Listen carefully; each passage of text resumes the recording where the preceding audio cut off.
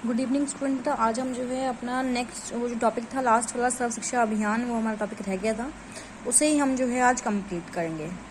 ठीक है, तो स्पेशल इंटरवेंशंस थे कुछ ट्राइबल एरियाज के लिए। वो क्या क्या इंटरवेंशंस थे देखें ज़रा। तो पहला है text book in mother tongue for children at the beginning of primary education where they do not understand regional language. कि टेक्स्ट बुक बनाया जाए वो मदर टंग में हो बच्चों के लिए शुरुआती टाइम में, मतलब प्राइमरी एजुकेशन के लिए, क्योंकि वो जो है अपनी रीजनल लैंग्वेज को नहीं जा समझते हैं। Bridge language inventory for use of teachers, कि जो लैंग्वेज ब्रिज है उसको, जो लैंग्वेज इंटरवेंट्री है उसको ब्रिज करना है, मतलब उसे खत्म करना है।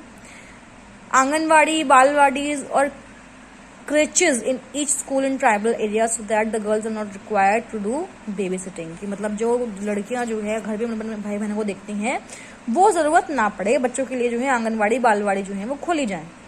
Special training for non tribal teachers to work in tribal area, कि जो नॉन ट्राइबल टीचर्स हैं उनको स्पेशल ट्रेनिंग दी जाए ट्राइबल एरियाज में काम करने के लिए, उनको ट्राइबल डायलेक्ट्स के बारे में नॉलेज भी दी जानी चाहिए।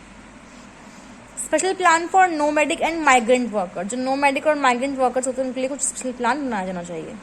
Residential facilities for children in tribal blocks, जो ट्राइबल ब्लॉक्स में बच्चे हैं उनके लिए रहने की व्यवस्था भी की जानी चाहिए।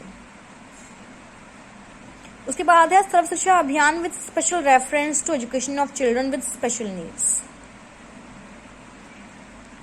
वो बच्चे जिनको स्पेशल नीड्स की जरूरत है उनके अगर रेफरेंसेस दिए गए थे। सर्व शिक्षा अभियान का ऐसा मानना था, उनको ऐसा इंश्योर करना था कि हर बच्चे की जो स्पेशल नीड्स हैं वो किस तरह का बच्चा है, किस कैटेगरी से बिलोंग करता है, डिसेबिलिटी कितनी है, कौन सी है, इन सबको छोड़ के बच्चों के लिए अप्रोप्रिएट एनवायरमेंट तैयार किया जाए।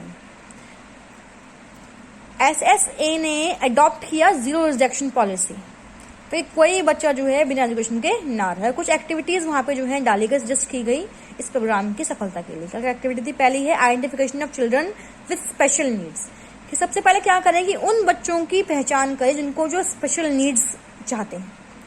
माइक्रो प्लानिंग और हाउस होल्ड सर्वे किया जाए, ठीक है, जिसमें जितने भी PHC हैं, ICDs हैं, इन सब का खास रोल था। नेक्स्ट था एजुकेशनल प्लेसमेंट, कि जितना पॉसिबल हो सके हर बच्चे की स्पेशल नीड्स को रेगुलर स्कूल में प्लेस करना होगा। एड्स एंड एप्लियंसेस, जितने भी बच्चे हैं जिनको असिस्टिव डिवाइस की जरूरत है उनको प्रोवाइड करवाया जाए, ठीक है। और जहां तक पॉसिबल हो convergence with the ministry of social justice and environment, ये पॉसिबल है। NGOs भी शामिल हो सकते हैं इसके अंदर। सपोर्ट सर्विसेज, क्या सपोर्ट सर्विस जैसे कि फिजिकल एक्सेस, रिसोर्स रूम्स, ये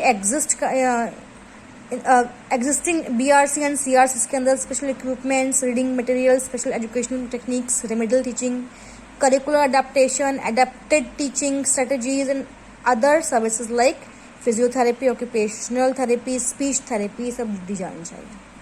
टीचर ट्रेनिंग, कि intensive teacher training would be undertaken to sensitize regular teachers on effective classroom management of children with special needs, कि टीचर्स को जो है खास ट्रेनिंग जानी चाहिए ताकि वो बच्चों को हैंडल कर सकें, ठीक है। जितने भी ट्रेनिंग मॉड्यूल्स होंगे वो ऐसे ERT, डाइट, BRC लेवल के होने चाहिए सूटेबल कंपोनेंट्स के साथ। नेक्स्ट है रिसोर्स सपोर्ट, कि रिसोर्स सपोर्ट जो है वो टीचर्स को दिया जाए जो कि स्पेशल स्कूल्स में काम करते हैं। जहां भी ज़रूरी हो स्पेशल ट्रेन रिसोर्स टीचर्स जो हैं वो अपॉइंट हो जाने चाहिए, खासकर स्पेशल स्किल टीचिंग के लिए और बच्चों के लिए जो स्पेशल नीड्स के हैं। नेक्स्ट था इंडिविजुअलाइज्ड एजुकेशनल प्लान। इसमें क्या था कि individual educational plan should be prepared by teachers for every child with special in consultation with parent and experts. ये पेरेंट और एक्सपर्ट की कंसल्टेशन के बाद जो टीचर्स हैं वो इंडिविजुअल एजुकेशनल प्लान को फॉर्म करें। ये प्रोग्राम जो है ये इफेक्टिवनेस को टेस्ट कर सकता है अलग अलग स्ट्रेटजीज की, मॉडल्स की, लर्निंग अचीवमेंट को मेजर करके। Parental training and community mobilisation, की parents of teachers with disabilities should receive counselling and training on how to bring them up and teach them basic survival skills, कि जो बच्चों के parents हैं, वो बच्चे जो डिसेबल हैं उनके जो पेरेंट्स हैं उनकी काउंसलिंग होनी चाहिए, उनकी ट्रेनिंग होनी चाहिए, वो किस तरीके से बच्चों को ऊपर उठा सकते हैं, उनकी स्किल्स को कैसे बेहतर कर सकते हैं। अवेयरनेस प्रोग्राम, एडवोकेसी प्रोग्राम जो है वो होने चाहिए, बनने चाहिए, ताकि इन बच्चों को जो है एजुकेट कर सकते हैं। प्लानिंग एंड मैनेजमेंट, जो रिसोर्स ग्रुप्स हैं, जो भी रिसोर्स ग्रुप बने हुए हैं स्टेट में, डिस्ट्रिक्ट लेवल में, वो प्लानिंग करें, मैनेजमेंट प्रोग्राम शुरू होने चाहिए पंचायत राज के साथ, एनजीओ के साथ कोलैबोरेट करके।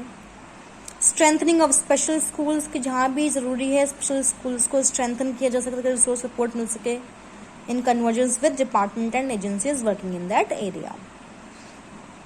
उसके बाद है रिमूवल ऑफ आर्किटेक्चरल बैरियर, जितने भी आर्किटेक्चरल बैरियर्स उनको रिमूव होना चाहिए इजी एक्सेस के साथ, इजी एक्सेस के लिए एफर्ट्स लिए जाएं ताकि डिसेबल्ड फ्रेंडली फैसिलिटीज प्रोवाइड करवा सके स्कूल्स के अंदर, एजुकेशन इंस्टीट्यूशंस के अंदर। इनोवेटिव डिजाइन का डेवलपमेंट हो स्कूल्स के लिए, ताकि वो एक अच्छा एनवायरनमेंट बच्चों को प्रोवाइड करा सके। न्यू स्कूल बिल्डिंग्स बननी चाहिए बैरियर फ्री फीचर्स के साथ। रिसर्च क्या बोलते हैं कि ऐसा जो है उसने एनकरेज किया रिसर्च को हर एक एरिया में बच्चों की एजुकेशन के लिए जो कि स्पेशल नीड के बच्चे हैं, उसमें रिसर्च आया डिजाइनिंग के लिए, डेवलपिंग के लिए, न्यू असिस्टिव डिवाइसेस के लिए, teaching add, special teaching material और बाकी सारे मटेरियल जो भी ज़रूरी हैं बच्चों के भविष्य के लिए, उनको इक्वल अपॉर्चुनिटी दिलाने के लिए। मॉनिटरिंग एंड इवैल्यूएशन, कि भाई जो ऑनगोइंग मॉनिटरिंग एंड इवैल्यूएशन है उसको कराया गया ताकि प्रोग्राम्स को और रिफाइन कर सकें टाइम पर। गर्ल्स विद डिसेबिलिटीज की जो स्पेशल एम्फोसिस था वो गर्ल्स की एजुकेशन पे था जो डिसेबल थी। नेक्स्ट था access and right to education act. जब एजुकेशन को एक फंडामेंटल राइट बना दिया गया, उसके 8 साल बाद जो इंडिया की गवर्नमेंट थी ऑन 1 अप्रैल 2010, उसने इम्प्लीमेंट किया एक हिस्टोरिक लॉ फ्री और कंपल्सरी एजुकेशन देने का 6 to 14 ईयर्स के एज ग्रुप के बच्चों को। जो 86 कॉन्स्टिट्यूशनल अमेंडमेंट था उसने एजुकेशन को एक फंडामेंटल राइट बना, जो कि पार्लियामेंट ने पास किया 2002 के अंदर। जो राइट था बच्चों का free and compulsory education act के अंदर एक लॉ था जिसने ये इनेबल किया implementation of the fundamental right, जो कि पार्लियामेंट ने 2009 में इनेबल किया था, पास किया था। जो दोनों कॉन्स्टिट्यूशनल अमेंडमेंट थे, जो न्यू लॉ आया था फोर्स में 1 अप्रैल 2010 को,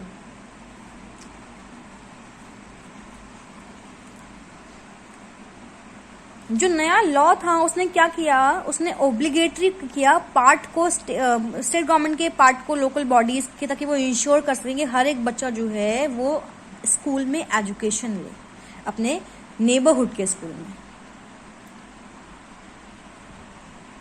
आरटीई एक्ट में कुछ इंपॉर्टेंट इम्प्लीकेशंस थी ओवरऑल अप्रोच के लिए, इम्प्लीमेंटेशन स्टडीज के लिए जैसे की, और ये बहुत ज़रूरी थी हार्मोनाइज करने के लिए ऐसे विजन को, स्ट्रेटेजीज को और नॉर्म्स को आरटीई मैंडेट के साथ।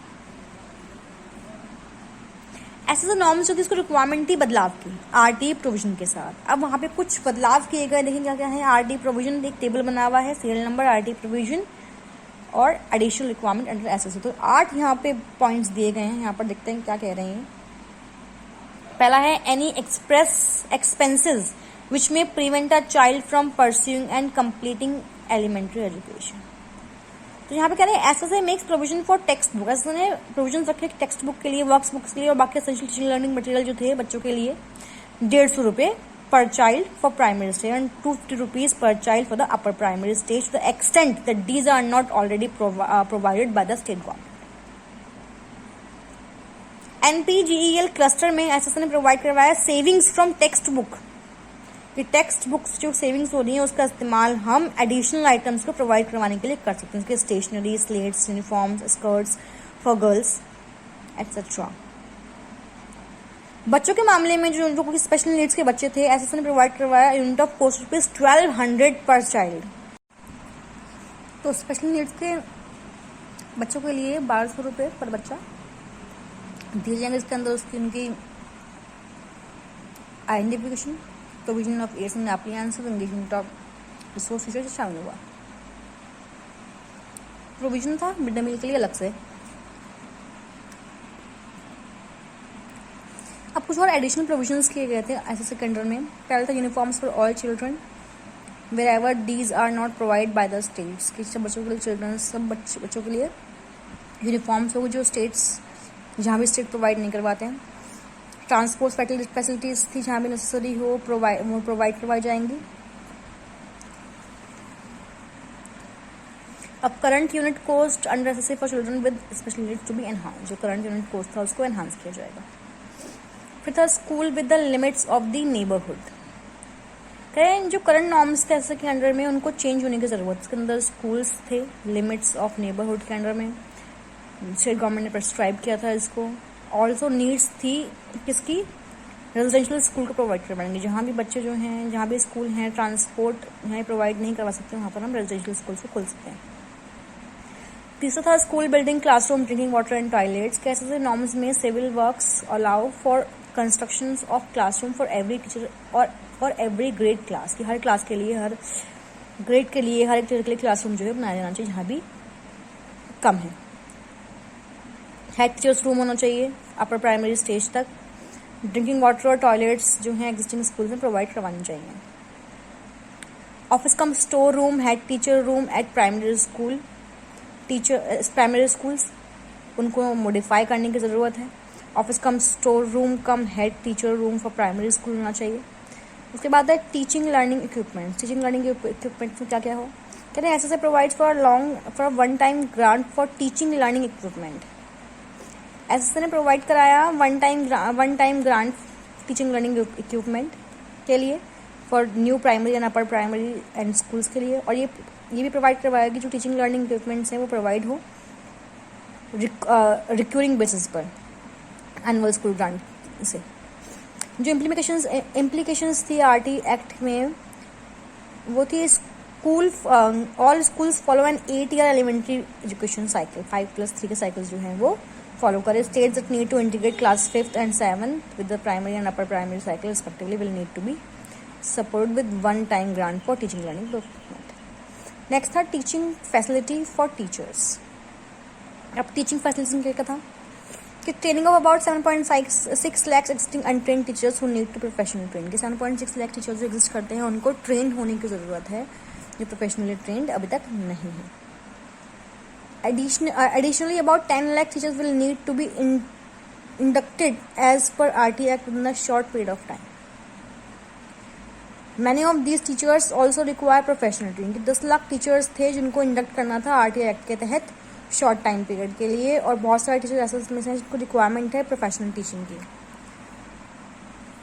न्यू और अनट्रेंड कंबाइन करके we estimate that around 10.6 lakh teachers will require professional training. के सबको कंबाइन करने 10.6 लाख टीचर्स जो है उनको रिक्वायरमेंट है प्रोफेशनल टीचिंग की मैक्सिमम पीरियड के लिए, मैक्सिमम 5 पीरियड्स के लिए।